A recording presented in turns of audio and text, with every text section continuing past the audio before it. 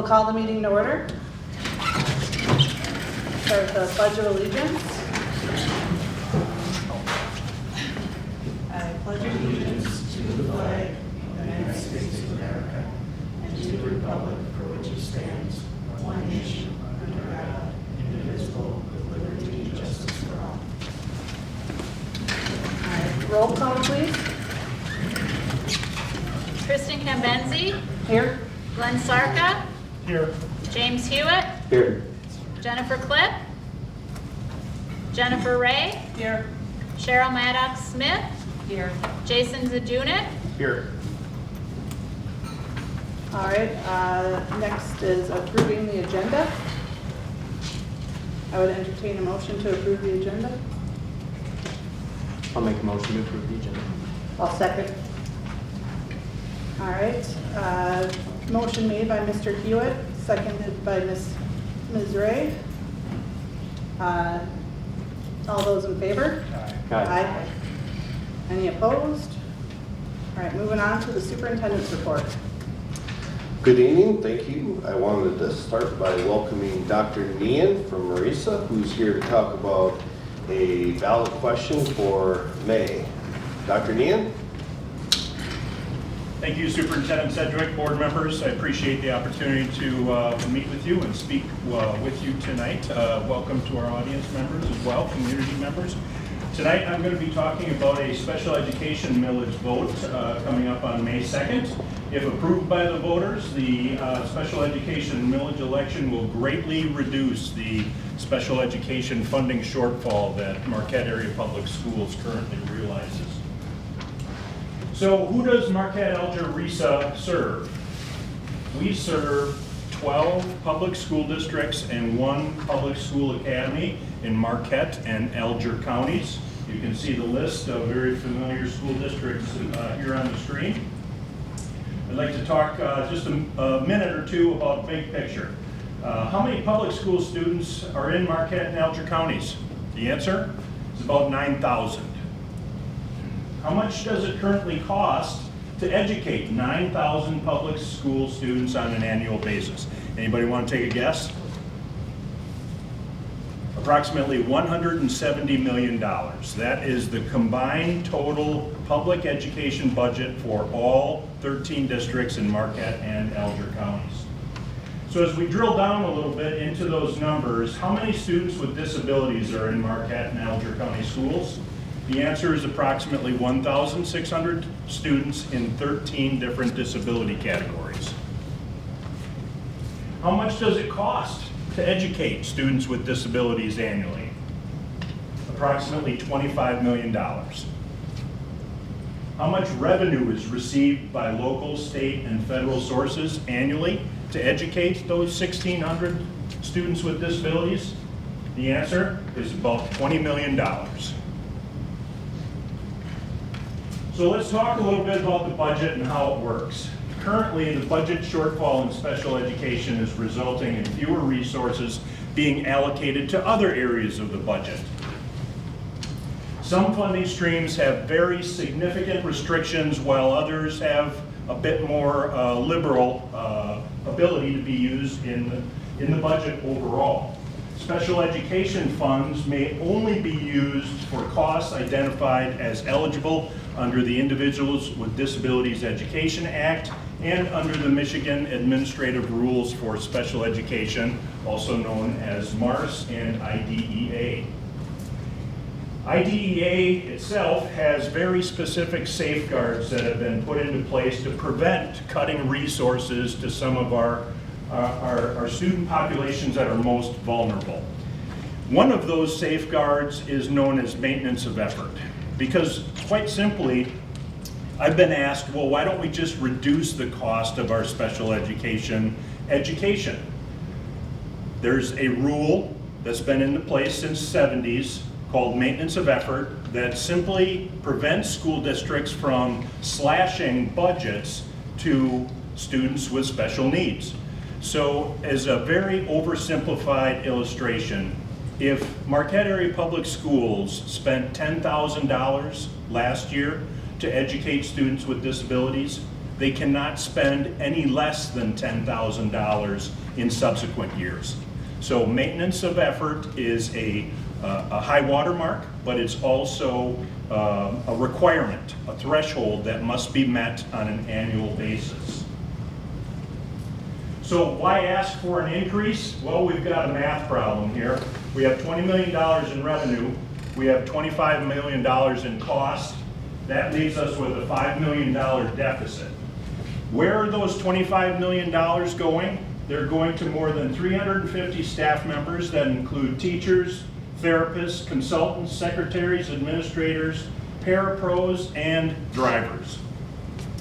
Those drivers are transporting students more than 200,000 miles annually, and then there are also some costs associated with supplies, equipment, travel, professional development, dues, and other fees. The responsibility of the intermediate school district under Michigan Administrative Code R 340.1832 says that we shall have a special education plan. Zach is very familiar with this plan. All of the superintendents in the 2 counties have spent the last 2 years rewriting that plan. There are a lot of essential elements that are in the plan, but the one that I want to draw your attention to is under letter J, a description of the method of distribution of the millage funds under the statutory reference right there. So only intermediate school districts have the authority to levy a special education millage. Local school districts have the responsibility to provide special education, but they get the resources flowing through the ISD to the local school districts. The ballot question is going to read something along the lines of, shall the Marquette-Alger RESA millage be increased by 1.5 mils? The estimate of the revenue the intermediate school district will collect if the millage is approved and levied in 2023 is approximately $4.7 million. So that $4.7 million is going to go a long way towards plugging that $5 million shortfall that's currently being realized. And just as a quick aside, I'd like to point out that Marquette area public schools, your portion of that shortfall is currently almost $2 million. So once again, only the ISD has the statutory authority to levy this millage. So everyone wants to know, of course, what will the millage cost? So we need to talk a little bit about assessed value of your property. Overall, the millage will cost $1.50 per $1,000 of taxable valuation. Taxable valuation is typically 50% of the appraised value. So let's put this into a simpler term. If you have a $100,000 home, your cost is about $75 a year, or approximately 21 cents a day.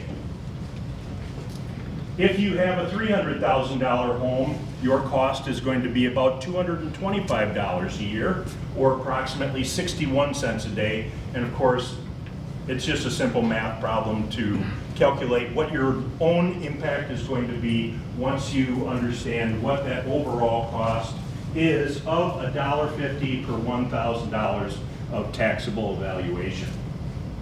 So how will local districts use this reallocated resource? It really depends. We are in a local control state. You, as a Board of Education, will work with your administration to determine what priority areas you choose to support with this new resource. Some school districts are going to focus on infrastructure, while others might look to mental health supports, removing barriers to learning. Maybe it's advanced placement coursework. Maybe it's extracurriculars or additional staff to lower your student to teacher ratio. Maybe it's school safety. I'm sure that you have a long list of priorities, as most school districts do. Another popular question, of course, is how much money will Marquette-Alger RESA retain? The answer, none. Those tax dollars flow through the RESA to the local school districts. This is not a Marquette-Alger RESA millage. This is a millage for Marquette, for Negaunee, Nice, Republic Michigamme, Munising, Burt Township, Superior Central. You get the idea. all of the public school districts and public school academy in Marquette and Alger counties. So what about community members who don't have school-age children? Well, strong schools, access to high-quality health care, infrastructure, employment opportunities, and affordable housing are all markers of the economic health of a community. Additionally, research indicates that real estate values tend to be higher where you have strong educational programming and options. So we're asking folks to get out and vote on May 2nd. The board also has for its consideration this evening a resolution of support that it may or may choose to act upon this evening. At this time, I'd be happy to answer any questions the board might have. I do have a quick question. So Sure. if you had mentioned in regards to the millage, if we did support this, the money, every tax dollar that is collected as a result of this millage does not go to pay for RESA staff members or compensation packages. It pulls directly just as a direct pass-through right to the That's schools, correct. That you're absolutely correct. May I call you Jason? Yes. Jason, you're absolutely correct. I would, however, enter a short caveat, just that Marquette-Alger RESA, the intermediate school district, only exists to support local school districts.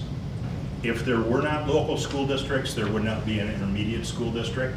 If there were not students with disabilities, an ISD would not exist. So we play a very delicate game of supporting the students and the educators in our local school districts.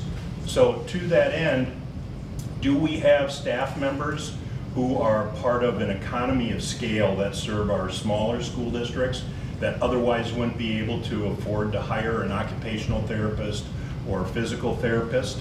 Yes, we do provide that service, and a portion of those funds may go to support those students in those districts, but the money is still flowing through us to the local districts. The local districts have the option of either purchasing a service from Marquette-Alger RESA or from a third-party vendor. That's completely a local decision, and if they choose to use our service providers, then that money would circulate through the system. Does that make sense? To a large degree, yes. I think I'd like to probably have a little bit of a follow-up discussion with you just to Absolutely. not take up too much time. But I do appreciate that. That was a clarification question. Yeah. I wasn't sure exactly how the actual collection works with the distribution. So thank you. You're welcome. Does the increase, and you could call me Jason if that makes it easier. Does the increase affect any state offsets? Oftentimes we'll see that if we get an increase in tax money, the state will then take that out of kind of support money. Does it affect that at all that you're aware of? No. Okay. However, I would say that, or just add quickly, that there is legislation that's currently being introduced that will actually disincentivize, if that's a word, ISDs that don't levy enough funds to cover the special education costs. So there's actually an incentive for intermediate school districts or RESAs to make sure that they are providing the resources to their locals to fully fund special education. And I wanted to thank you for not putting the amount we spend each day in terms of how many cups of coffee we would have to give up. Because I think everybody that does that doesn't understand that that's not making it easier to vote for it. Thank you. Do you mind touching on when last week during executive that came to give us kind of a brief synopsis that you are highlighting here tonight? Can you talk about how we fare within RESA compared to other districts across the state as far as average villages going towards special ed?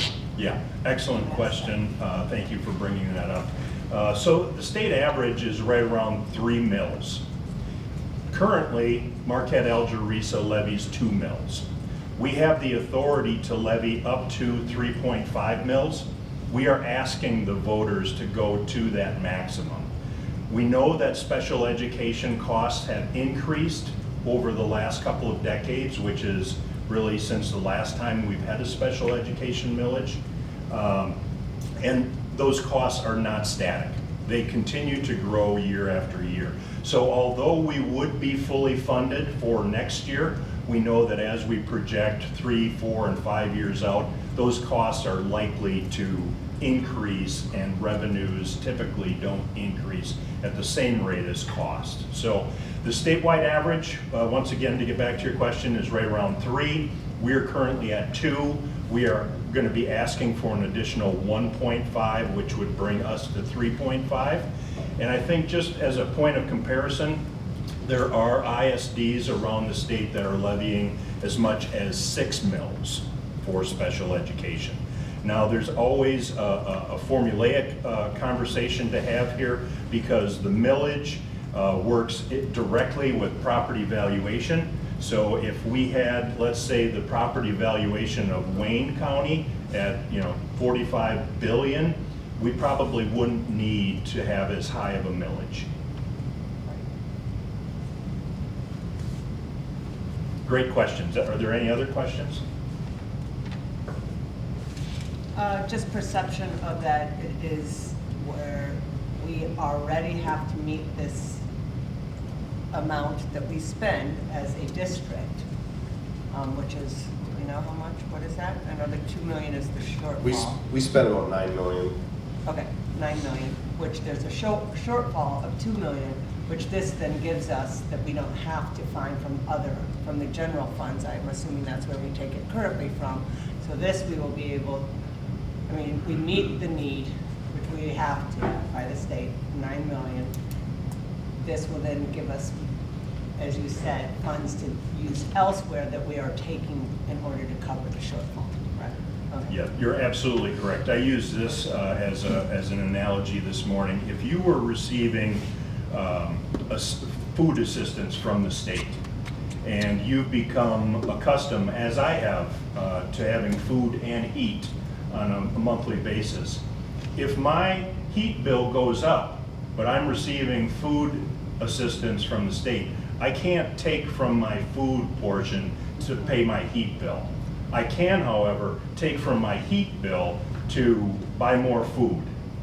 I just have to be colder, which is essentially what school districts have had to do over time, is take money from other portions of the budget where they have greater flexibility, namely the general fund, to be able to subsidize special education costs. We're looking to fully fund your special education costs with this millage. Thank you. Great questions. Thank you very much, Dr. Neen. Great information. I'm going to invite Mr. Riegel up next, who's going to do a short presentation on behalf of Buffalo.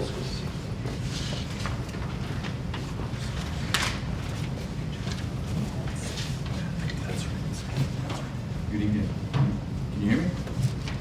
All right. Good evening, and I want to start first of all by thanking the board and Mr. Sedgwick for allowing us to host you tonight. And as you know, some of you, I was able to give a tour of the building. If you weren't here, I encourage you to walk around. You're going to see some great things that are going on. If you head up into the library, you'll notice that up in the library, we just finished our Michigan History Day project, which last year, we at this time, I had them present. Mr. Fitzpatrick presented. This year, he had Mr. Mark get involved. So we had the entire 6th grade doing the Michigan History Day project, which is pretty fascinating. And you know, when you walk through the classroom, they had the opportunity to teach me about some of the projects. And what they did was they had on last Tuesday, we had some people come here. They were judges. And so the judges came here and they got to judge the projects. And 11 students were selected to head over to Manistee on December 4th for the district finals. And if they'll compete in there. And then they head into potentially the regionals and the states. You'll also notice if you tour the building, over in our computer lab, we have 10 new computers that we're looking at. They're actually gaming computers, but they're really fast, really nice, and other subjects are able to use them, such as computers, and our speaking classes get to use them as well. And so we have 10 of those that are up and running. In our esports, believe it or not, esports is pretty popular here at Bothwell, and so they get to use those as well. But part of the presentation today, I think, what I think is most important are the things we're doing for mental health. And we're looking at an increase in the need for supporting mental health with our students. And you know, right now we have Miss Teasley. Miss Teasley is one of our counselors. She teaches it's called Trails to Wellness, and that is to support kids. It's a small group, a tier 2 level teaching that she pulls kids from all grade levels to teach about coping mechanisms for anxiety and depression. And so she has a small group that she's working with all the time. We also have, right now we're looking at implementing a new program called through Michigan Cares, which is a grant-funded program that we're looking at. I was just in a meeting today. Mr. Van Elsner was also with us on that call, and that'll be a tier 1 level where we have each of our advisories teach lessons on supporting their social emotional health. And so we're really focused on that. And you know, I have to thank Mr. Cedric. Back in the spring, he came to me and asked about getting an E3 site here. And an E3 site is a grant-funded position to help with hire a social worker. And you know, I can't express enough how grateful we are for that, Mr. Cedric, and how awesome it's been for our school, and how closely Ms. Ross works with our counselors and supports our students. Her and I were talking yesterday, and she's working yesterday. And you know, it's so important for us to be supporting these students with mental health and concerns and whatnot. And Mr. Cedric, again, can't thank you enough for pushing that. And I know you've done much more than that outside of Bothwell. And so, as part of the presentation, I asked Ms. Ross, our social worker here at Bothwell, to come present to you and what she does. So I appreciate that. Appreciate you coming. So, thank you.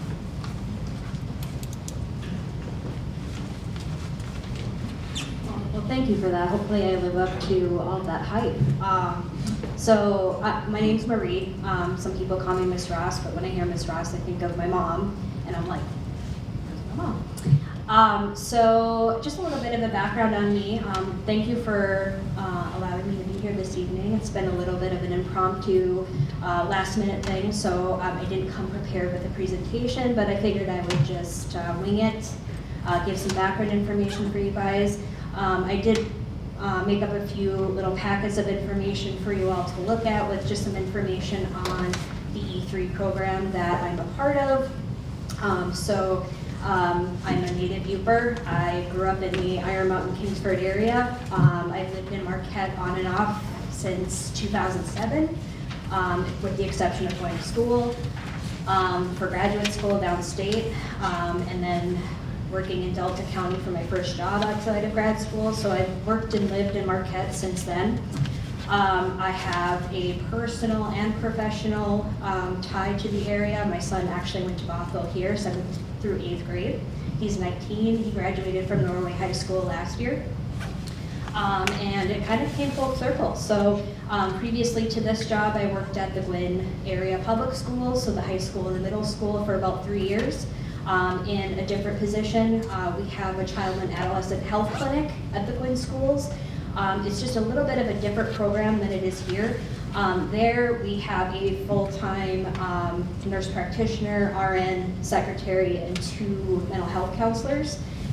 Here with the E3 site, we just have a full-time mental health counselor, and so with the new grant money provided to us by the Michigan Department of Health and Human Services, my position came up for funding, and we gave some choices or options to various schools in the community. Mr. Cedric was brought to that opportunity by the Marquette County Health Department, which is who I work for.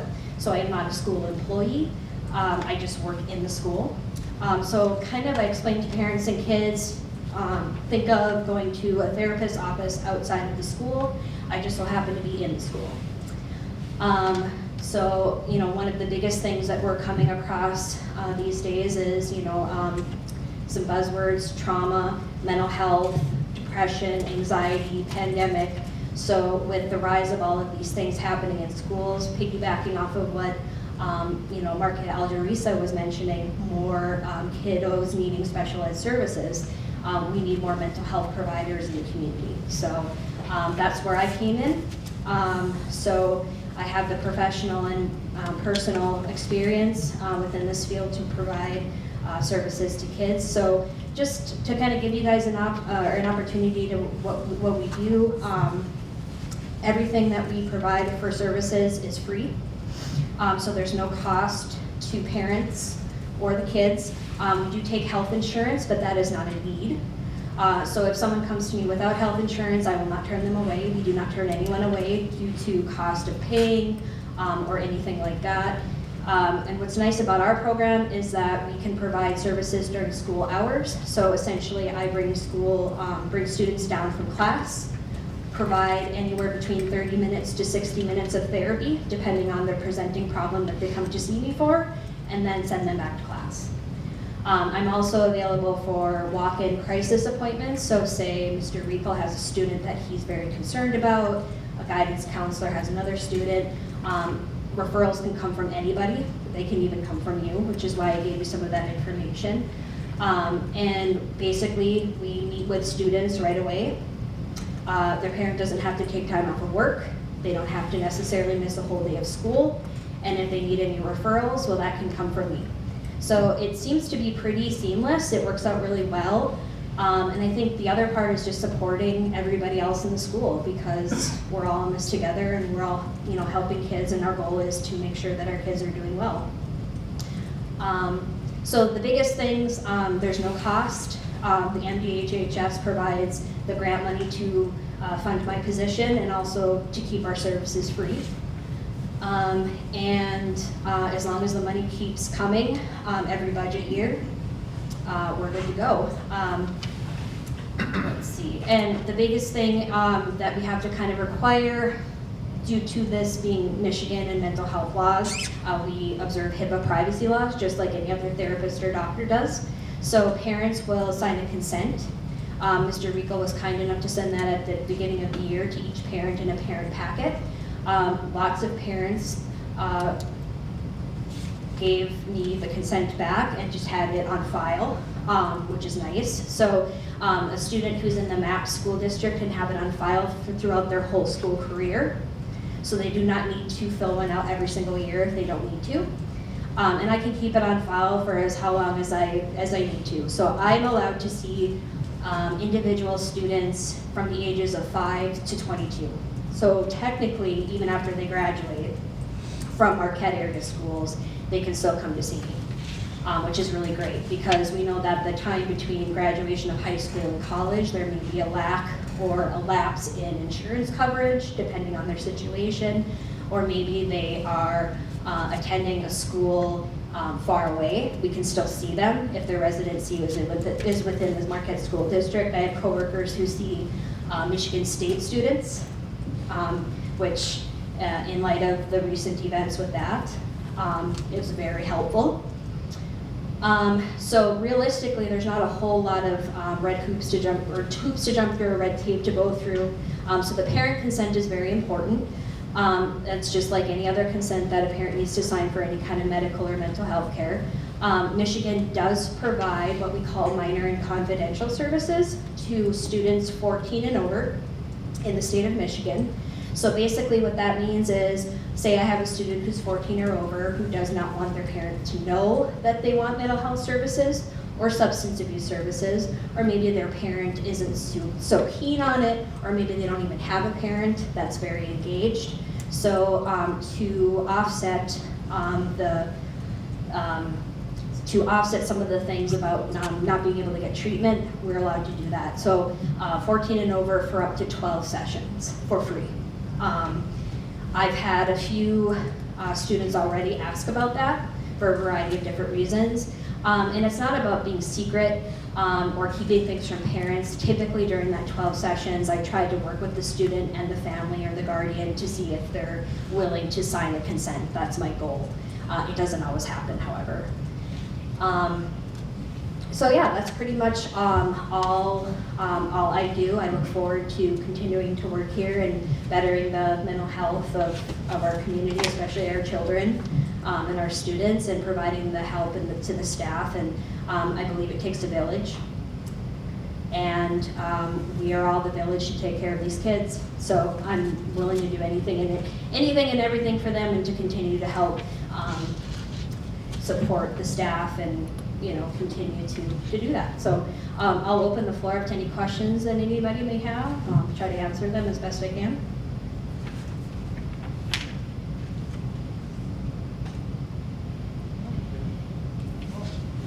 Yep, thank you. Thank you, Mr. Ross. We really appreciate that information and all the work that you're doing at Bothwell. Very helpful. Yes, thank you. Long desired, so it's great for me to see that up and running. Thank you, Mr. Riegel, as well. If you could just do me a quick favor and put that other presentation up for me, that would be great.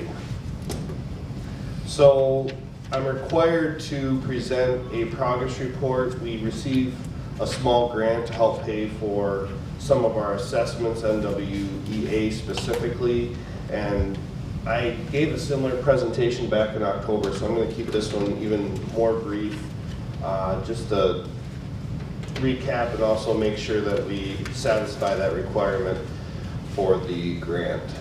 This is section 98B. Our goals, I know this is hard to read, just sum it up for you. Basically, our goals are related to math and reading for K through 8. We're looking for students, all students to show growth, specifically students to meet projected growth as measured by the NWEA for math and reading. Another slide that's a little hard to see, it got distorted, my apologies, but I can sum it up, I think, even if you can't quite make out the numbers. The first two numbers are the most important. This is the mid-year progress. In reading, approximately 51% of our students met their projected growth, and 56% met their projected growth in math.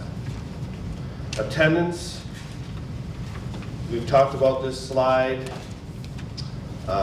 Well, we've talked about attendance throughout the year, and I just wanted to keep that pattern going. You can see the overall attendance trends are improving. I'm not really sure what happened on December 19th, except for Mr. Lampman, that's when you gave your audit report. So I don't know if people just wanted to make sure they rested up because they were so excited for that presentation.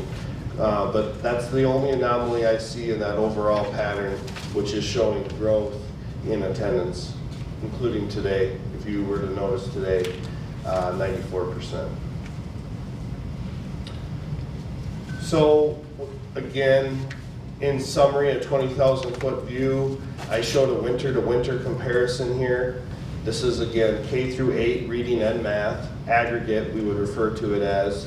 You see a growth from 2020-21 to 2021-22 to 2022-23.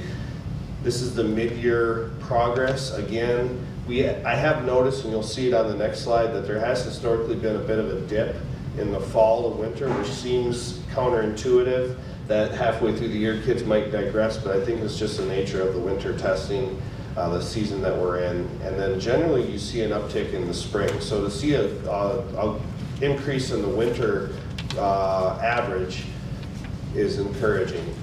This next slide, you'll see what I mean. The fall to winter, we don't have a spring assessment yet for 22-23. That's the leftmost column, but you can see that dip I talked about. I had a little laser pointer, but it's not picking it up for me.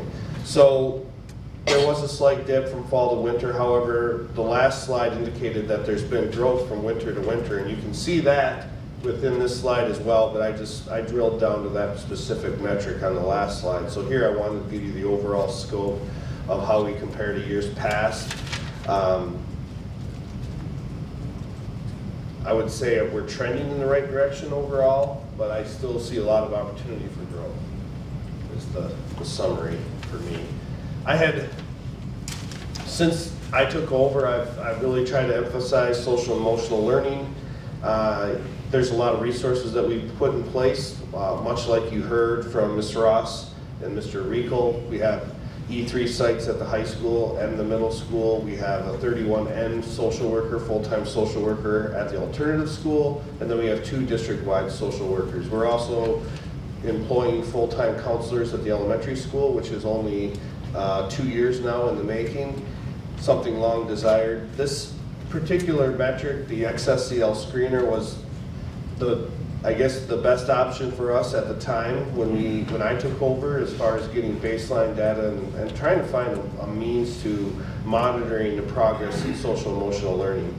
I know these data points are hard to really get a lot of information out of other than just a bird's eye view, but you can see generally we're scoring very well. When you look at the overall average for this particular assessment, which was the fall of 2022, that first bar or that first graph is the overall score. Approximately 83% of our students were at or above average according to that screener. That compares to about 82% last spring. So some growth overall.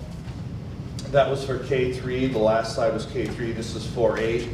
Again, if you look at the overall growth, you can drill it down to the specific categories. These follow these are very much aligned to Castle's core competencies. Anybody who's lived in the SEL realm understands Castle's core competencies, very much the bedrock for most SEL programming, including those mentioned today. Trails certainly would be an example. You heard that from Mr. Riegel. Overall score, if you were to combine the at or above average for this slide, is about 68%. And that is actually the same as spring of 22, so somewhat stagnant, but overall 68% were at or above average in their overall SEL score. Our counselors, teachers, administrators have the ability to drill down to specific students within this tool and get more specific information for the board. I'm presenting at a district level. This is now 9 through 12. This one doesn't have an overall category, but if you look at the different categories, it reads 72% for self-awareness. Here it's not average or above average. You're looking for almost all the time, which is that very light shaded green at the top. Almost all the time, frequently would be the next category down. So for example, self-awareness, you'd have about 72% of your students that were, the higher the percentage, the better. 72% scored well in self-awareness, either frequently or almost all of the time. And then as you read across, the numbers somewhat vary. I was a little bit concerned about the relationship skills category, the second from the furthest to the right.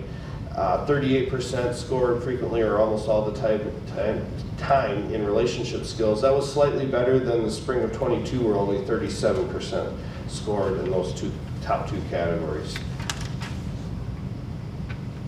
I want to just briefly revisit some of what we've done to address not just the academic needs of our students, but the social, emotional, behavioral needs of our students. You've seen these before. These are part of my presentations that I'm providing to community members.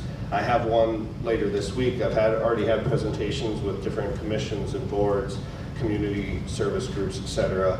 Talking about what we've done, what we're doing now, and what we will be doing. These are resources that are already in place.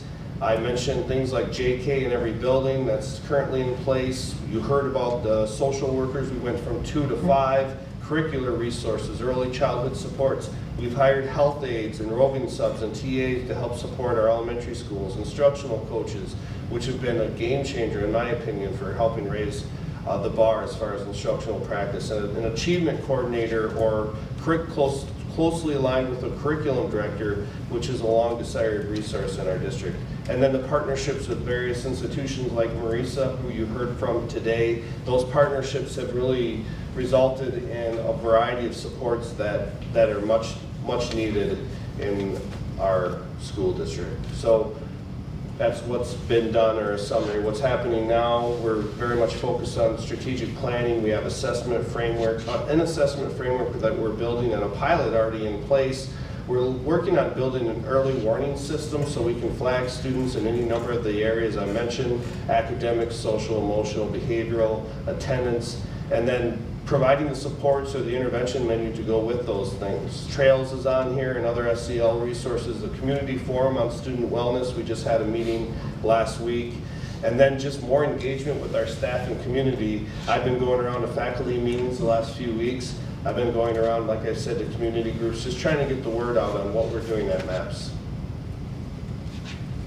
And then what's next? We continue to focus on collective efficacy, that common belief that we can make changes that will positively impact students' achievement.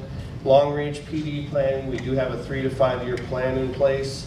The problem-solving process is much like the early warning system, only having a systematic approach to dealing with all those different needs that students come to school with every day, much like is described in MTSS, that systematic, comprehensive approach, data-driven approach to making sure that we get students what they need to be successful. The metric we're looking for is 80% of our students achieving grade level or benchmark. That's considered a high bar, I think, but also one that's well researched and aligned with MTSS, and I'm hopeful that we can get closer to that mark in the foreseeable future. And then the continued financial commitment, putting our money where our mouth is. You've heard Mr. Lampman talk about the investment in MTSS and the other supports needed in order to implement MTSS with fidelity, and we've budgeted a sizable amount of money, over $1 million, towards that effort, trying to make sure that we do invest our money in the initiatives that we've put in place and those that are coming in the future. So I know I talked kind of fast, but that's because, well, first of all, I didn't want to be long-winded. We had quite a bit on the agenda, and the weather is a bit frightful, so I wanted to make sure you got out at a reasonable time, in a reasonable amount of time. Any quick questions from you before I turn it over to Mr. Lampman to talk about the bus fleet? No, sounds great. All right, thank you. Mr. Lampman? Thank you, Mr. Sedgwick. And you wanted to keep this moving quickly, yet you turn it over to me. I don't have a fancy PowerPoint like Mr. Sedgwick brought this evening, but in your packet you do have a spreadsheet with an update as to where the current bus fleet stands as of February 24th. So I'd just like to review this really quick, throw a few stats at you. So currently we have 20 school buses in the fleet. One of those is currently out for repairs. The oldest 2 buses in the fleet are from 2006. There were a number of years during the 2010s where, as a cost-saving measure, there were no school buses purchased. So normally you'd like to see, I would suggest, 2 buses a year to keep that fleet going, operational. There was a period that didn't occur. So right now, 60% of our school buses are greater than 10 years old. Over 60% greater than 10 years old. Also, 60% of those school buses have 150,000 miles or more on them. 30% of the fleet has over 200,000 miles on them. So we do have an aging fleet that will have to be replaced. The maintenance costs become significant.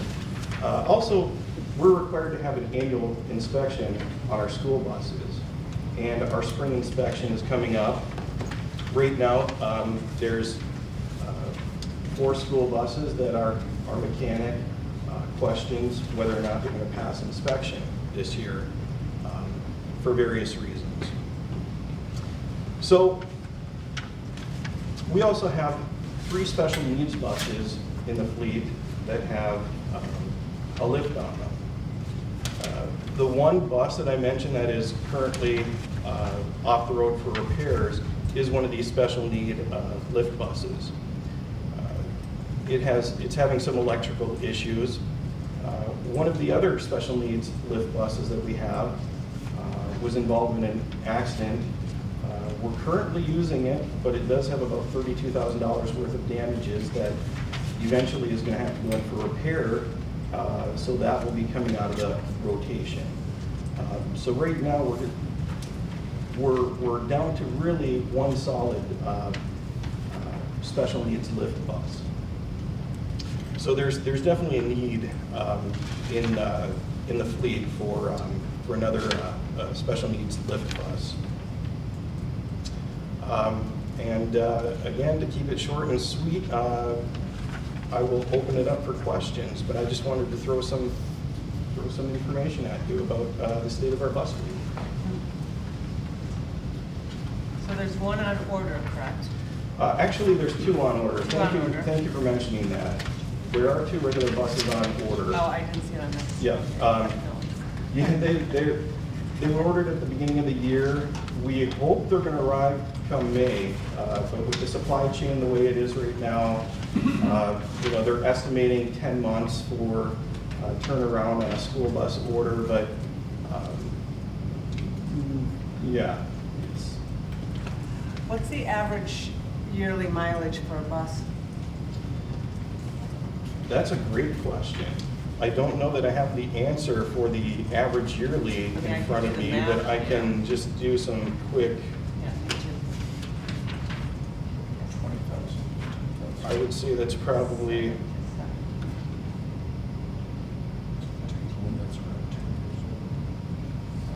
yeah, I would say probably, we're probably doing anywhere from, depending on the bus, depending on the runs, probably anywhere from, you know, 10 to 20,000 a year. We do 10 regular morning runs, 2 special ed morning runs. We do 2 midday special ed bus runs. We do 11 regular afternoon bus runs and 2 afternoon special ed bus runs. Do you move the older buses to shorter routes is there a strategy with that?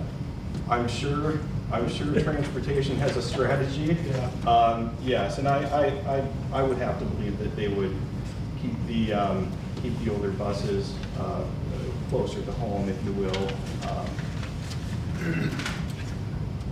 And the one that has the damage is a new one, so that's. It is, part of it. it's Okay. 22A on your, Yep, nice. on your sheet. Okay.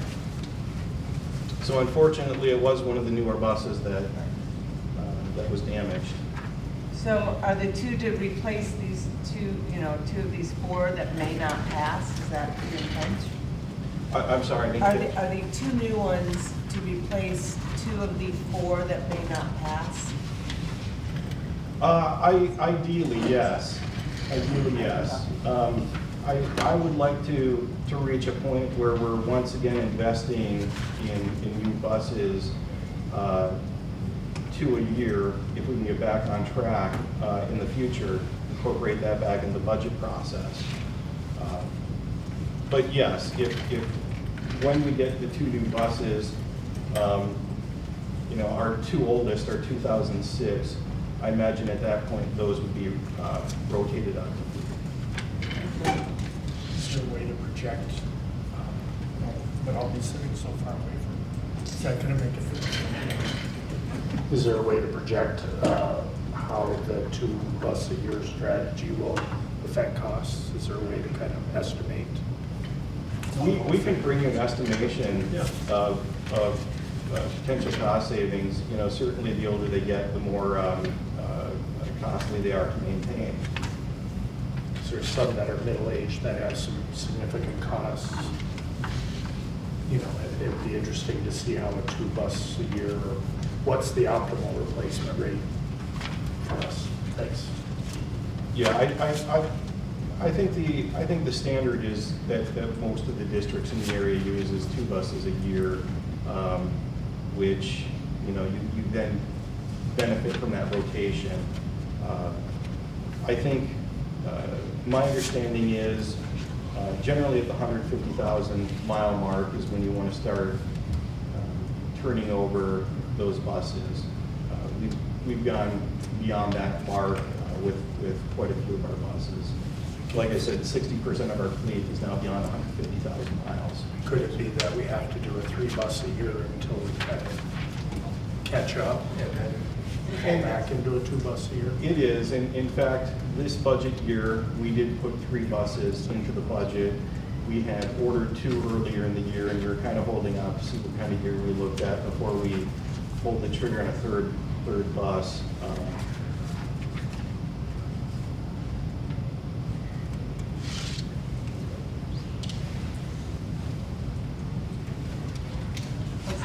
What's the price of a new one? The price varies depending on the type of configuration and what options. It can generally go anywhere from about 115,000 to 130, 140,000, depending on the number of seats. If you're looking for a special needs bus with a lift gate, those are going to be a little more expensive. Thanks. That's what, you stole my question, that was mine. Yeah, the current proposal in your packet is for $128,000 for a special needs bus, which includes the lift gate, so to give you an idea. I would imagine there'd be some cost savings if we weren't buying that special needs bus. As far as other, I'm sorry, did the board have any other questions for Mr. Lampman? Okay. Just a quick, I guess, recap from the other presentations. I again want to thank Dr. Nian. I think that $2 million shortfall in special education funding is certainly reason to consider that resolution.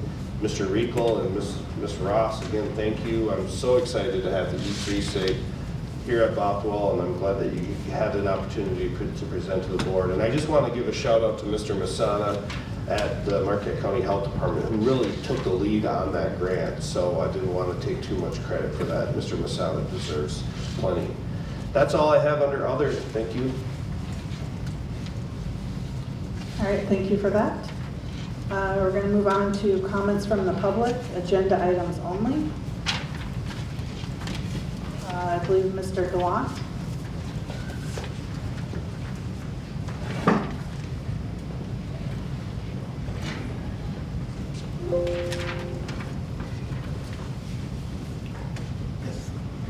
Is this on? Hello? Okay, my name is James Gallant. I'm with the Marquette County Suicide Prevention Coalition, and I'm with the RESA Community Wellness Task Force. And these are my opinions. And I guess I would like to start off by saying the ending here, because I emailed this comment to you, and including the attachments that I'm going to be talking about, the documents are in that email. And she said that she could forward that to you already. And so I want to ask you to schedule a special meeting with a public hearing in order to ensure that these behavioral mental health programs, the E3 program, the Behavioral Health Works program, and the 31N program are compliant with the Michigan Mental Health Code. Because in that letter that I sent to you is a letter from the Director of the Department of Health and Human Services. It says that all mental health services in Michigan are required to comply with the Michigan Mental Health Code now. And that's all been updated now with all the new funding, the hundreds of millions of dollars in funding. And it means that under MCL 330.1712, which is an individualized written plan of services, there's 9 categories in a person's life that you have to address. And the food, shelter, clothing, medical care, recreation, education, and needs for legal services. And none of these programs, the N31, the 31N, none of the nationally validated assessment tools. The reason they're nationally validated because they're not consistent with Michigan law. They're not consistent with laws of any state. That's how they do that. It doesn't talk about law at all. But Michigan Mental Health Code requires that you address the needs for legal services, including the children. And in here, we have some statistics that 63% of youth suicides are children from fatherless homes. These are the children that are at divorce and separation of their parents. They have a court order standard of care, and that court order standard of care is increasing the risk of suicide if you don't provide it to them. And I'm working now. I just contacted with the 25th Judicial Circuit Court to get a Dr. Gray agreement so that the schools will be able to report court order rights violations directly to the Chief Circuit Judge in order that they can review and enforce if necessary, in order to have a template for the schools to you don't want to get involved. You just, hey, this child is saying they're not receiving what's court order, please review and enforce if necessary. And so for now, I would ask you to please postpone any support for RESA's millage in order until you ascertain whether this N31 program and these mental health assessments are actually consistent with the state law, which would be a Section 504 violation for a fair and appropriate education, right? Free education, right? which would be the services to keep the mental health for the child to be able to concentrate in class. That's common now, all across the board.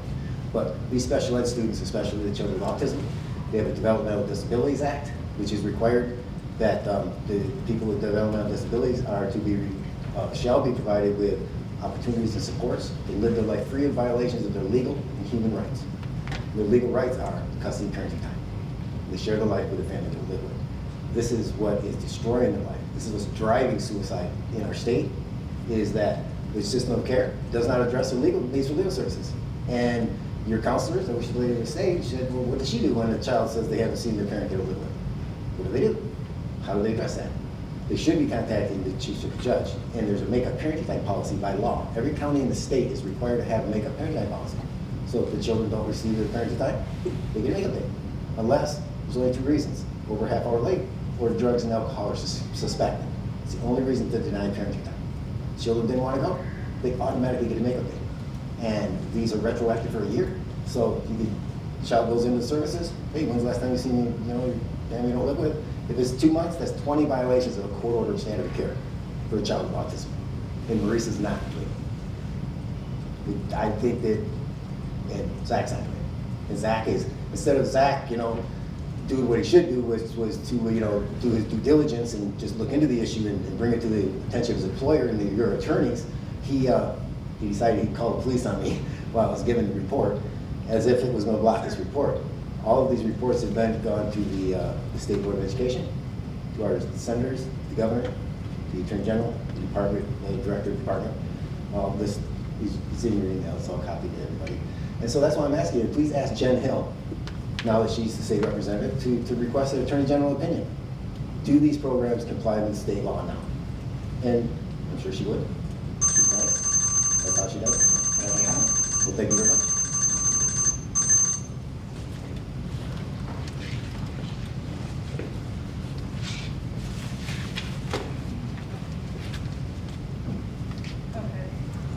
I believe that the next public comment would be at the end, or do you want to go now? Whatever works. It would be at the At end? the end. Okay, then we'll have you go at the end. All right, next, approving the consent agenda, which includes the minutes of the regular meeting of January 23rd, 2023, personnel report dated February 2023, financial reports of January 2023. I would entertain a motion. I'll make a motion to approve the consent agenda. I support. Okay. Motion made by Mr. Hewitt and supported by Ms. Ray. Any comments? All those in favor? Aye. Any opposed? All right, moving on to board committee reports. First is board executive committee meeting of February 21st, 2023. I believe that's Mr. Sarka. Thank you. We held the meeting on February 21st at the offices, the administrative offices here. We had myself, Jen Ray, and James Hewitt in attendance. We discussed quite a few matters, snow removal, of course, being especially relevant for days like today, and I'm sure the next 3 months of snow that we're planning on getting. And we made recommendations regarding snow removal equipment. We also covered a lot of other matters. It's amazing to me the cost of just simple equipment, stuff that we take for granted. Kettles that are in the kitchen that have probably been in this kitchen since I was in middle school and need to be replaced. And so we got some valuable information on that. We also made a recommendation regarding school buses that comes up later in the agenda. Thank you for that. I don't believe we have our student representatives today. So we're going to move on to new business. Consider the adoption of the resolution in support of the special education millage. Do we have any further information about that, or just? Prior to lending support, I would like to get some additional information, just as after the presentation, I did want to talk with the gentleman that provided the presentation. I just had some additional concerns as far as questions that it'd probably be best to just have follow up with him. Are we able to possibly take that up more formally with the next meeting, or to vote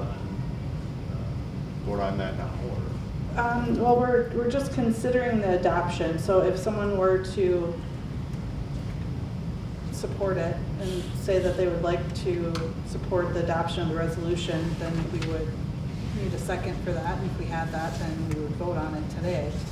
If we don't have that, then it could be tabled till another time.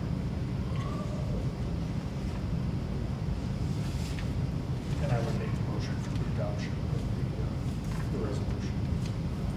I support. I would make the motion for the adoption of the resolution as provided in the, as provided, that we were given a sample resolution that we have talked to our law firm about. Okay, and Mrs. Maddox-Smith, did you second? I second.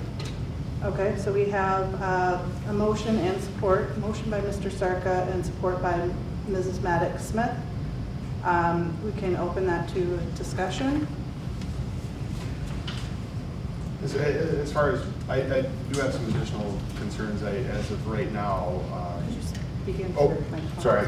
Just as of right now, I do have some additional questions as far as the funding mechanism. I know that it sounded like it was a pass-through millage, and there was some additional information after that I didn't quite fully grasp. So I did want to get clarification on exactly if that were to, if we were to support that and if we were to pass, would 1.5 mils or whatever that generates, approximately 4.7 million, does that go, does $4.7 million then go directly to MAPS? And then there's no... I believe it would go to Marisa, Or and then Marisa. they would delegate the funds to the different districts.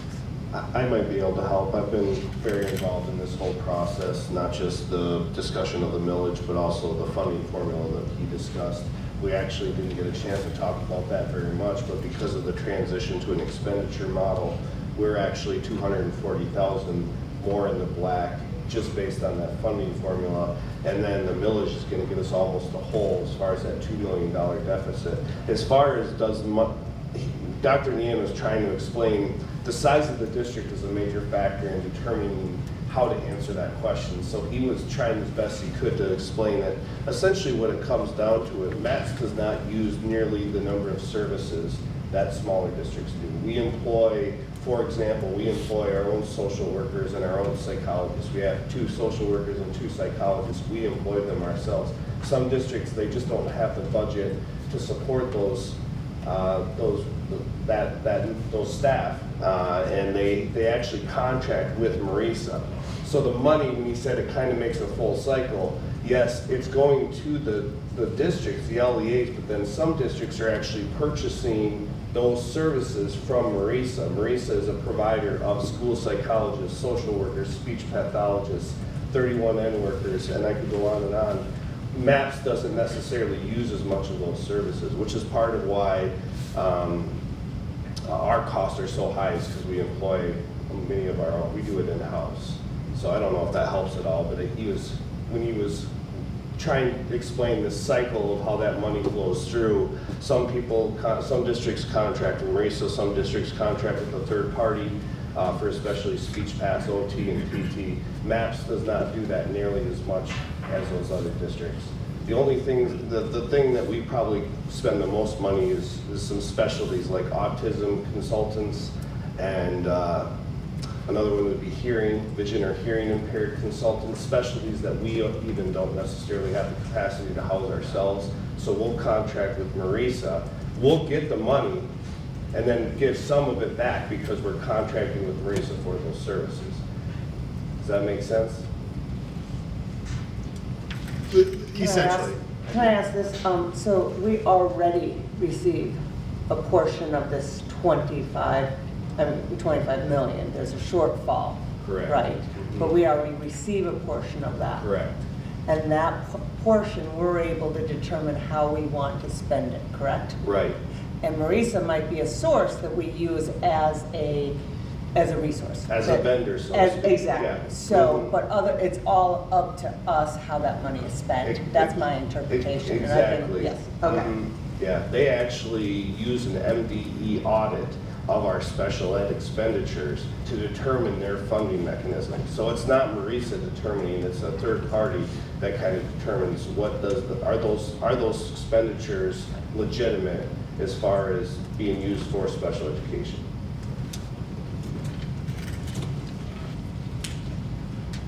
I did have two additionally. I wanted to know, for example, if the taxes or this millage is not going to go, does that fund just Marquette schools then for, the taxes that a Marquette resident or business were to pay for that 1.5 mils? Does that directly go back to MAPS? Does that get distributed to another school district as another example?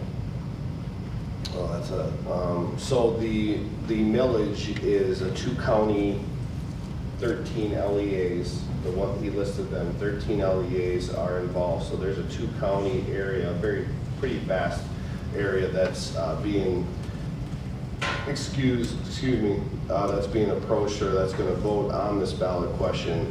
And then the way they fund it, because of that funding formula that I told you about, it's based on an expenditure formula. So I want to say we were about 74% funded. That $2 million shortfall is about 74%. We are, if you remember, I think it was like $5 million shortfall, and that we were approximately $2 million. That's about 40% of that shortfall overall in the region, yet we only have 30% of the students in our region. We're about a third of the entire 2-county 13 LEA population, yet we're about 40% of that shortfall. So just doing mental math, I can tell you it's gonna probably benefit us at the minimum average or better, because we are shouldering such a sizable portion of that loss that's going to be recovered with the millage. Now, it doesn't mean that they just look at only Marquette area public schools voters, so to speak, and say that it's not segregated, so to speak, to say that only the money from the tax rolls of Marquette area public schools residents is going to Marquette area public schools to the district. I don't think that it's that sophisticated. I think it all flows through Marisa through that expenditure formula that I talked about earlier. But either way, it's going to get us the whole, which is about $2 million, and like I said, that's about 40% of the shortfall overall of the entire Marisa. Does that then in turn possibly open up, if we were to have an additional funding opportunity, if that money were to flow in, to possibly look at an increase in funding in other potential areas that we would look at? Well, yeah, possibly. Right now, the $2 million is essentially coming out of our general fund. Okay. The $2 million shortfall. So you bring us to even close to whole, and now we're able to use that money elsewhere. And Jason, the only reason why I understand this is because I was at the executive meeting. This is my second round, actually my third, because I went over to Marisa this week for a session that they had on this. So all your questions are what I was asking previously. No, absolutely. Yeah, And I just want to make sure. understand it. Yeah, absolutely. Because any tax increase I would support, we just had the city of Marquette tax increase and inflation, and there's a lot of concerns within the community that I wouldn't take that recommendation lightly. But I just want to make sure that it's something that if I'm asked about this in the community, that it's directly going back to benefit Marquette area public schools on an overwhelming, increasing percentage basis, if not again, solely on a pass-through basis. And those are a lot of concerns that I have, because if we're going to start looking at a tax, supporting this, that's going to go to fund, for example, Marisa and MAPS, so to speak, that would be a little bit different. So that's a lot of the concerns I have. And I would say we're limited on how we can support it. That the resolution was crafted by the lawyers to make sure that we were kind of staying in our lane because we are very limited on that we can't advocate what we can support. So that was one of the tasks we gave to the law firm, is to craft something that keeps us within our limits. Appreciate that, thank you. Any further comments? All right, so we have motion and support. All those in favor? Aye. Any opposed? Okay, motion passes.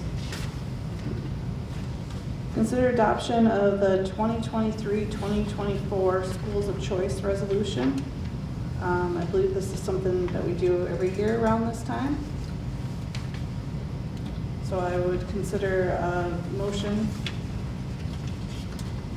Yeah, just for the, I guess, the audience, if we don't pass it like around this time, then we can't open up school choice on an annual basis to allow students to come in on an elective basis. So speaking of that, I will make the motion to adopt the school of choice resolution for 2023-2024. I would support. All right, we have a motion by Mr. Hewitt, support by Mr. Sorka. Any additional comments? All right, hearing none. All those in favor? Aye. Aye. Any opposed? All right, motion passes. All right, consider purchase of a snowplow. Mr. Sedgwick, do you have anything further on that? Yeah, so we have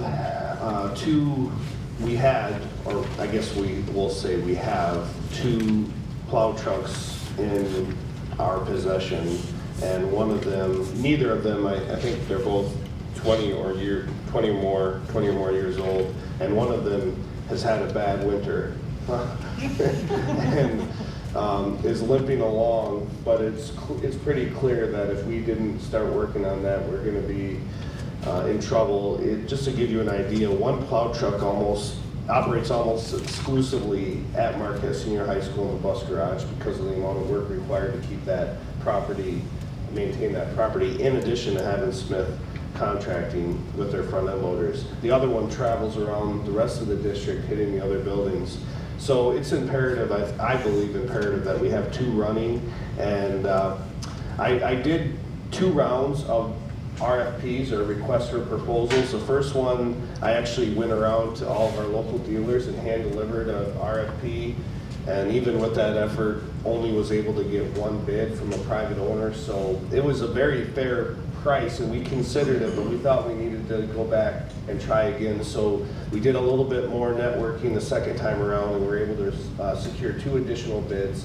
The person from the first round did resubmit, and then the bid that we're recommending came from a sister dealership downstate from Fox Motors, and the Dodge dealer up in Negaunee had a plow downstate that met the requirements. I do think it's important that we buy the 1 ton.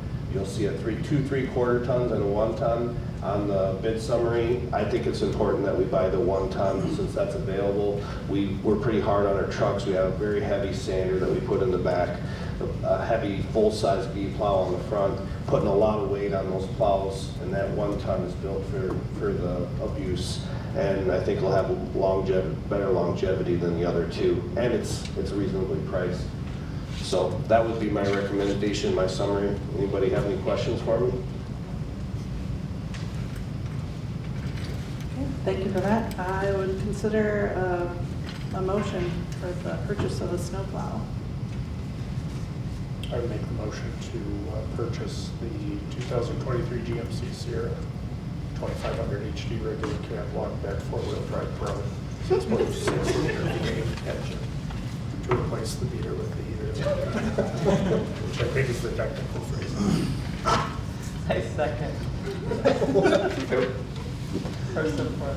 Just to make sure, where are we going with the Ram room, the 1 ton? Yes, we were. I'm not sure what Mr. Sardo was talking about. There you go. It was the Ram. I'm just going to turn my microphone off at this point. It was a good motion. So no support. No, I'll withdraw the motion and make the motion for what Mr. Hewitt indicated. Sorry. So we have a motion by Mr. Sarka, a second by Ms. Ray. Any further discussion? All right, all those in favor? Aye. Any opposed? Motion passes. Consider the purchase of a school bus. Do we have any other additional information than what was previously discussed? I do want to make a note that the make and model of the bus, we do work through a program that competitively bids, and the provider is one of the state-approved vendors for school buses. It's not necessarily the cheapest, but our mechanics are very interested in maintaining some consistency with the make, especially the international brand and the engine that it includes, because they're always trying to capture parts, swapping out parts off of older buses, save some money down the road when it comes to repairs. So it's very comparable, but we thought it was important to stay with the same make. That was going to be one of my questions too, if we're sticking with something we already had. Yep. All right, so I would entertain a motion regarding the purchase of the school bus. I'll make a motion to approve the purchase of the special needs bus presented in the packet. Any support? I'll second. All right, motion made by Mr. Hewitt and seconded by Ms. Ray. Any further comments? All right, all those in favor? Aye. Any opposed? Motion passes. Oh, that's right. Consider a vote for the Region 1 MASD Board of Directors.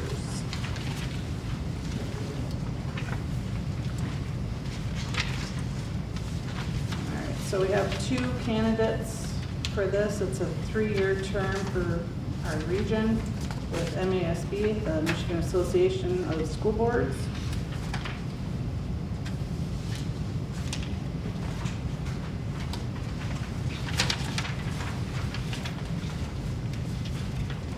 Just out of curiosity, is this something that we need to vote on, or? We would not need to. This was something that we have done in the past. It is not a requirement, but in order for us to put a vote in, we do need board action. Okay. But the board could decide, you know what, we don't really have anybody we support that we want to put our vote in. So that could be the motion too, yes. Linda, if I'm not mistaken, have we sometimes in the past too given the authority to the board president to kind of cast that vote on our behalf? I want to say that was... Don't know that we have. I think we usually have looked at the 2 candidates and recommended one. Okay. But we could do that too. I mean, I'm the board just- can do really what they want. Yeah. I just would need to know, because we would need to put our ballot in for board action. Yeah. I mean, is this something that we need to, wait, we need to do this today though? We would because- need to do this today, yes, 'Cause if it- we want to. The deadline is, I would have to put the vote in tomorrow. We have to vote by March 1. Right. So I guess the question is, do we want to nominate one of these candidates, or? Any board members have a recommendation at all? Yeah, does anybody know anybody that's, well enough to offer a recommendation? I read their emails, but it was hard to kind of know.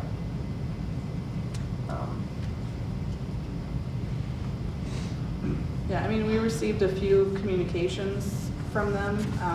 I'm not sure that either candidate really jumped out at me as.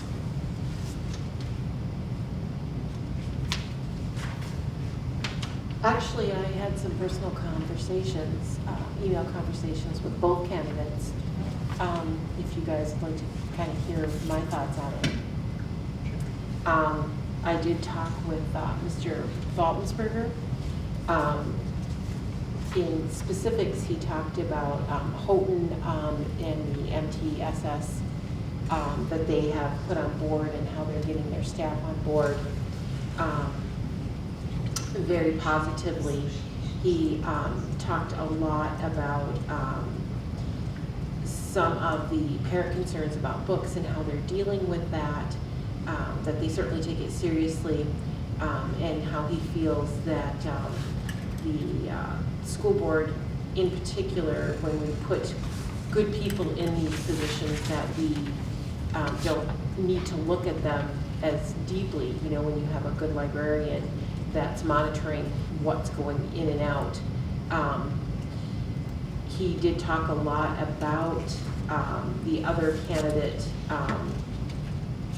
not being able to attend the meetings, and obviously he's been involved in this for about 34 years. He has missed meetings in the past, which is something I did ask him about, as you know, life happens. I also talked to Mr. Perrin as well. Super nice gentleman, very, very committed police officer, very busy, very, very busy man. I did go through some of the MASB board minutes just to follow up on some of the things that he talked about. One of the things that he talked about was that he had voted no on some hard votes, and I did look back at that and I did ask him for clarification. And I don't have my computer up in front of me, but his email clarifications were very confusing. And it did not lend me to want to support him based on that, that alone. He also, when I asked him about one of the situations was about book banning, that he did support that 100%. So that was just some information that I gleaned from emails, just my input from what I got from both of them, because I did research both of them, because I knew we were going to be voting today. Okay. So, I guess I would entertain a motion if anyone would like to nominate one of the candidates.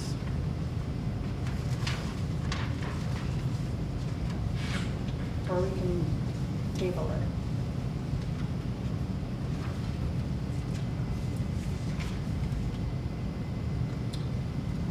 All right, hearing no recommendations, we will move on to comments from the public, general. And so we have Mr. Pond.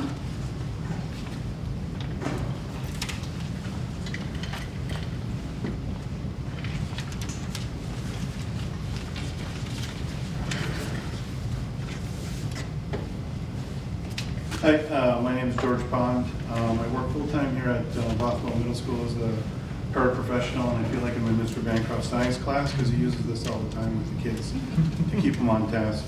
Just a couple quick things. Mr. Sarka, now I know why my father-in-law likes you so much, okay?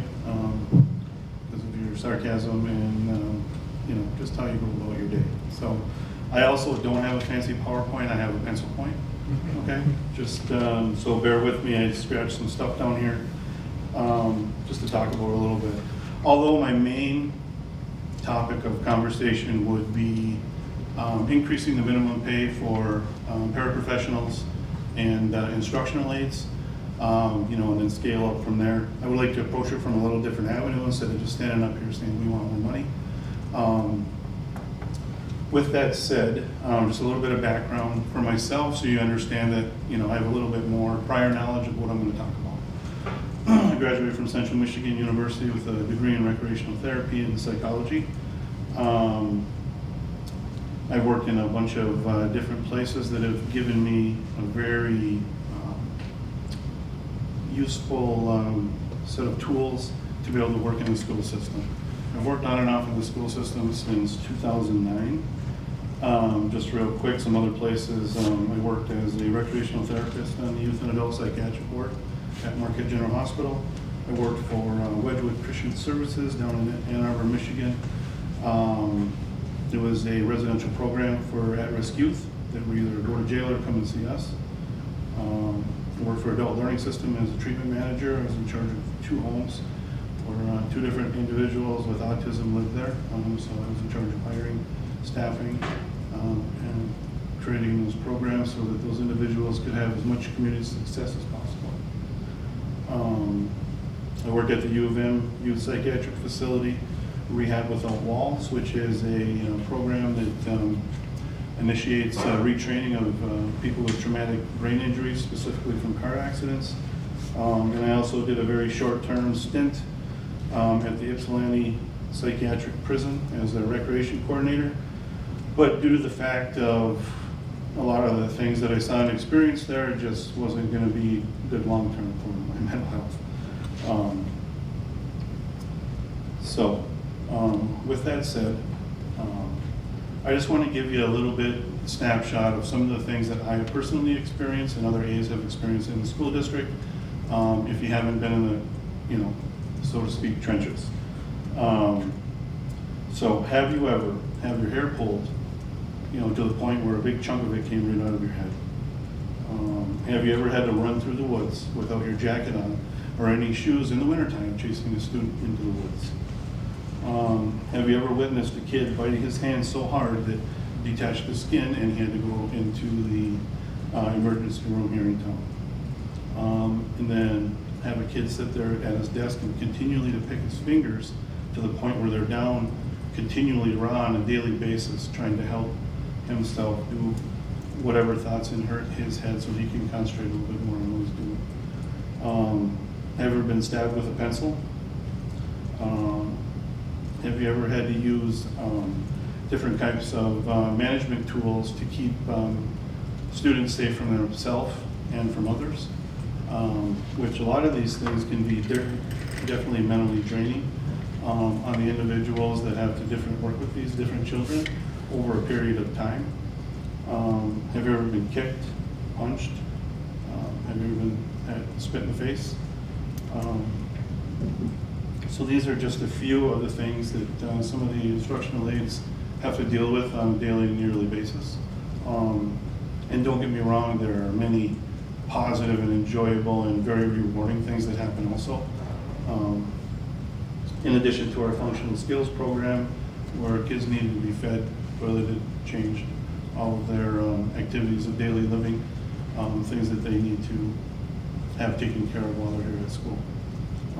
And as you well know, teachers and paraprofessionals or instructional aides, spend about 50% of the year with these kids, right? So we are helping parents to raise their children, so to speak. And some of these other children, when they go home at the end of the day, they go home to nothing. Okay, so coming to school and having some of these social skills and some of these behaviors that they've acquired over the years. So to kind of wrap it up, I just think that with the increased pay, will create more people to come, will create more consistency for the kids, right, from year to year basis. And I think it'll just help these kids to be, the best version of themselves that they can possibly be, depending on their abilities and our disabilities. Thank you. Thank you.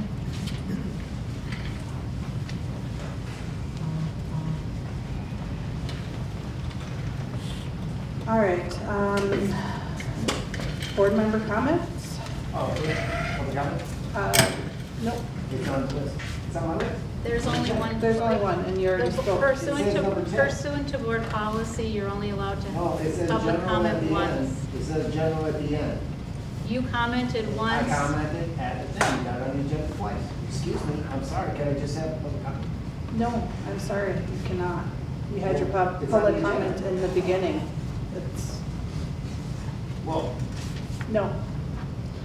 We're going to move on to board member comments. We'll start with Mrs. Maddox-Smith. You're kidding.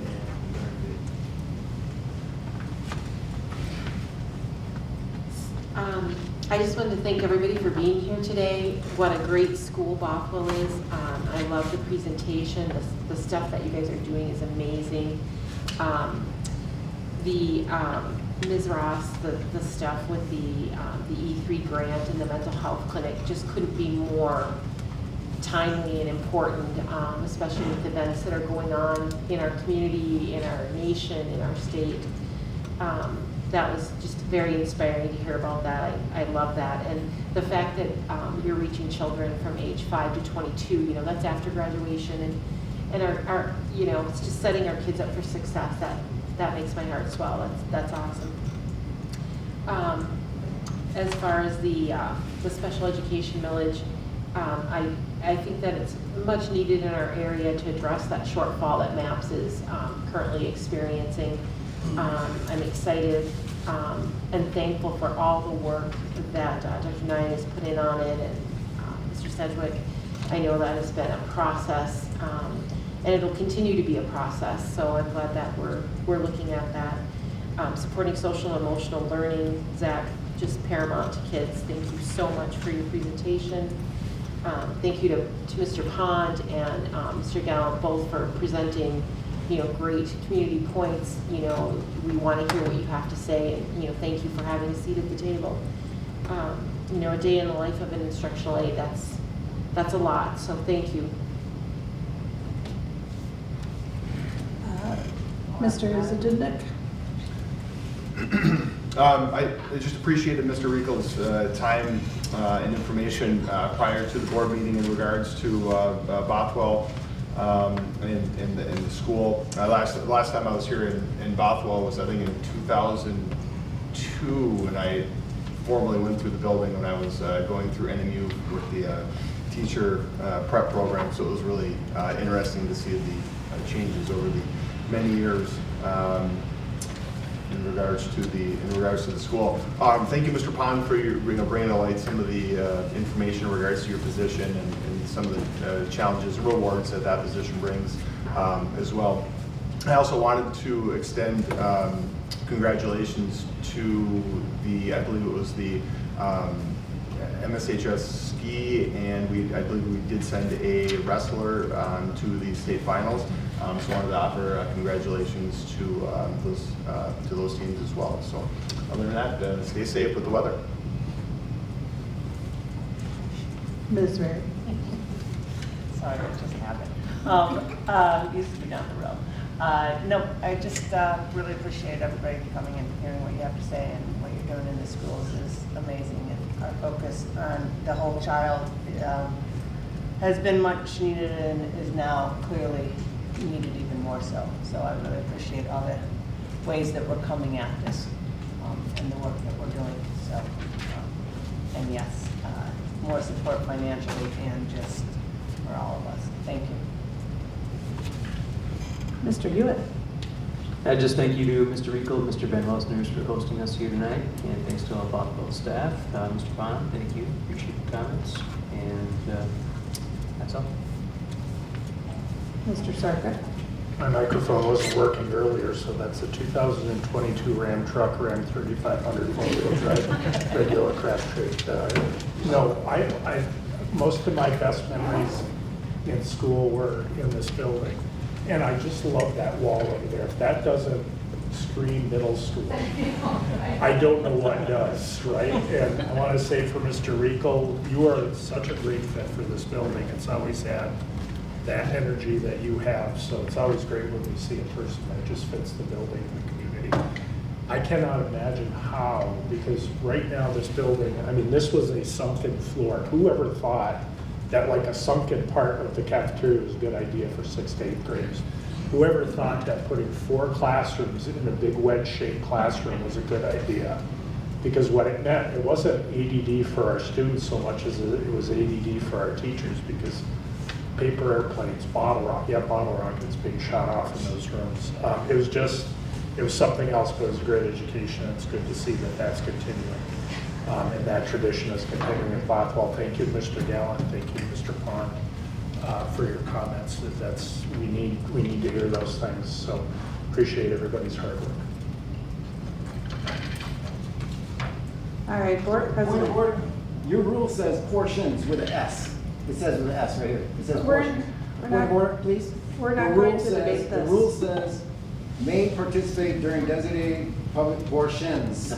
That's of the because meeting. there are two Point of order, portions. please. It says there's 2 portions, so I can do it too, please. I'm just asking, please. No. It's open meeting act violation, so we may have to end up in court. If you're, unless it's just worth a couple minutes for you to just give somebody public comment. Because it does say portions, it's on the rule. It's on the rule, right now, it says portions. There are two There's a- portions that There is, and it you says that I can do you both. It filled says I out can one do both slip right to there. participate. Please read this your onto the slip- record, point of order. Please I read it onto the put record. this on here. Madam President, please read it onto the record, the rule, so it says, so that you can, point of order, that's how point of order works. Robert's Rules of Order, that's how it works. Point of order, you read the rule, and then you can make a decision what it says. It says portions with an S. So that's 2 times. That's what it says. I'm sorry. I don't know how long you've been doing this, but, it's just a couple minutes. Here we go. And it's on my card. Number 10.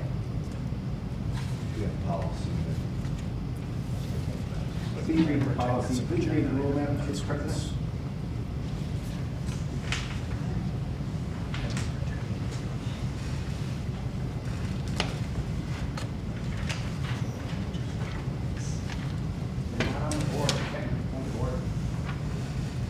I'm requesting her to entertain a point of order on her own fruition. Well, it says each individual will be permitted up to 5 minutes, and you had your 5 minutes. For each portion. What's the one before that? Item B. It says, may All right, board participate member during- comments. Thank you for Is that allowing yes us or to no? Is come that a point of to order, please? your No point of school. order, please? Point of order, please? No. No point of order. Okay. All right, announcements and other meetings. March 1st and 2nd, 2023, parent-teacher conferences, 6 through 12. March 3rd, 6 through 12 half day. March 8th and 9th, K through 5 parent-teacher conferences. March 10th, K through 5 half day. March 10th is Spread Goodness Day. March 13th through the 17th, kindergarten registration online. March 17th, half day for students. March 20th, regular board meeting at the Sandy Knoll Gym at 5:30. Would take a motion to adjourn. So moved. Do we have support? I support. All right. Motion by Mr. Hewitt, support by Mrs. Maddox Smith. All those in favor? Aye. Aye. Please Opposed? get some Mr. formal Sarkar trainings on opposes. Robert's Rules of Order, please. Please get some formal training on Robert's Rules of Order and how it works. Because you were signing the floor without motion pending. That's page 366, line 8. There shall be no debate before there's a motion is properly seconded. That's page 366, line 8. Point of order. You know, and please remember, you are the mental health providers now. Yeah, I want to. If the children are not being provided with proper assessment and they die by suicide, you will become personally responsible because you are now the parent.